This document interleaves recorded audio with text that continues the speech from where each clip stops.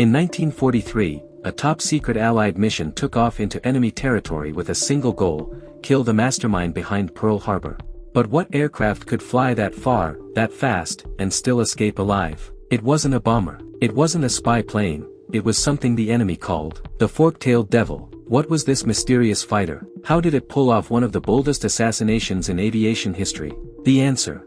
This is the Lockheed P-38 Lightning, a warplane so deadly, so revolutionary, it didn't just fight battles, it rewrote the rules of aerial warfare. This is the story of a machine that struck terror into the Axis and changed the course of history. In 1937, the world stood on the edge of chaos. The U.S. Army Air Corps faced a daunting challenge. They needed a high-altitude interceptor to counter the growing threat of advanced German and Japanese fighters. The requirements were unforgiving. Speed exceeding 360 miles per hour, a climb rate of 3,000 feet per minute, and the ability to operate at 20,000 feet. Most aircraft designers would have hesitated, but at Lockheed, a visionary engineer named Clarence Kelly Johnson saw an opportunity to redefine air combat. Johnson, the mastermind behind Lockheed's Skunk Works, didn't just aim to meet the Army's demands, he sought to surpass them. His team envisioned something radical: a twin-boom design powered by two Allison V1710 engines, each delivering over 1,000 horsepower,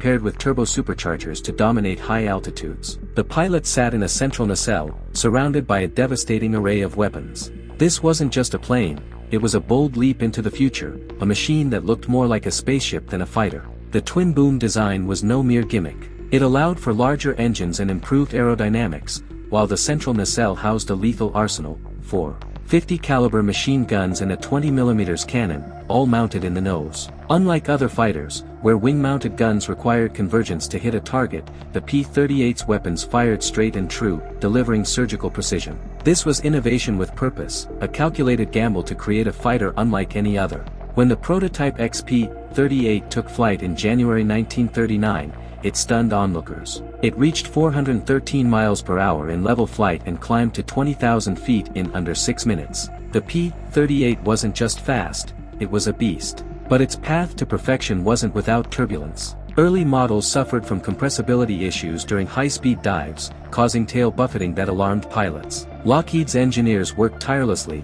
introducing dive flaps and refining the airframe. By 1941, the P-38 was ready to dominate the skies. When World War II erupted, the P-38 Lightning became the Allies' secret weapon.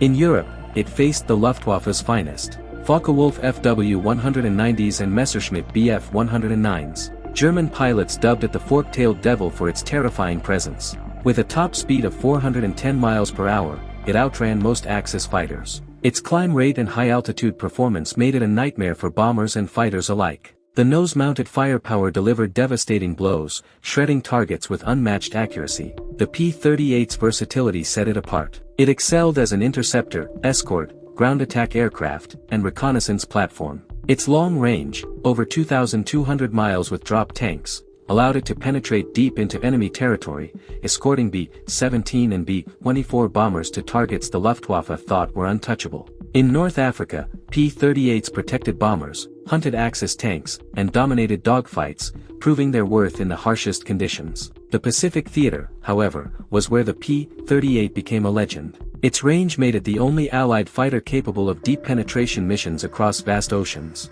In April 1943, it achieved one of the war's most daring feats, Operation Vengeance, the interception of Admiral Isoroku Yamamoto, the architect of Pearl Harbor. A squadron of P-38s flew 600 miles over open water, navigating with pinpoint accuracy to ambush Yamamoto's transport plane over Bougainville. The timing was precise to the minute. The Lightning swooped in, guns blazing, and brought down the Japanese mastermind. This mission wasn't just a tactical triumph, it was a psychological blow that shook Japan's confidence. The P-38 created legends among pilots. Richard Bong, America's top ace, scored 40 kills in his Lightning, outmaneuvering and outgunning Japanese Zeros and Oscars. Thomas Maguire and Charles McDonald followed closely, each racking up dozens of victories. The P-38's stability, speed, and firepower made it a pilot's dream, a machine that turned men into aces and battles into victories. What made the P-38 so extraordinary? Its twin Allison V1710 engines with turbo superchargers were the heart of its dominance. These engines gave the Lightning unmatched high-altitude performance, thriving at 30,000 feet where other fighters struggled. The turbo superchargers compressed thin air, feeding the engines to maintain speed and power. Against the nimble Japanese Zero, the P-38's speed and climb rate provided a critical edge. While Zeros could turn tighter, the Lightning could dive, climb, and zoom away, striking from angles its enemies couldn't match. Against the Messerschmitt Bf-109, its firepower and range made it a formidable opponent. The P-38 wasn't without flaws. Early models suffered from cockpit heating issues in Europe's cold skies, and its large size made it less agile in tight dogfights. But its strengths were overwhelming. Its versatility allowed it to escort bombers, strafe ground targets, photograph enemy positions, and even drop flares to guide Allied bombers. It could carry bombs and rockets, making it a terror on the battlefield. In an era when most fighters were single-role, the P-38 was a multi-role marvel. Over 10,000 P-38s were built, with variants like the P-38J and P-38L improving range, firepower, and reliability. Combat losses were significant, but the Lightning's impact was undeniable. It protected bombers, crippled Axis supply lines, and shaped the course of the war. Its ability to adapt to multiple roles made it a cornerstone of Allied air strategy, from the deserts of North Africa to the jungles of the Pacific. By 1945, the jet age was dawning. The P-80 Shooting Star and other jet fighters outpaced the P-38, and the Lightning was gradually phased out of combat roles. But its legacy endured. The P-38 inspired future twin-engine designs and proved that versatility and innovation could win wars. Today, fewer than 30 airworthy P-38s remain, each a priceless relic of a bygone era. At airshows, the growl of their Allison engines still echoes, a reminder of their dominance. Museums preserve their story, from daring missions to their role in shaping modern air forces. The P-38's success offers timeless lessons. Its bold design was a triumph of innovation, blending unorthodox engineering with cutting-edge technology. This willingness to take risks created a fighter that redefined air combat. Its versatility, excelling in multiple roles, made it invaluable, a principle that resonates in modern multi-role fighters like the F-35.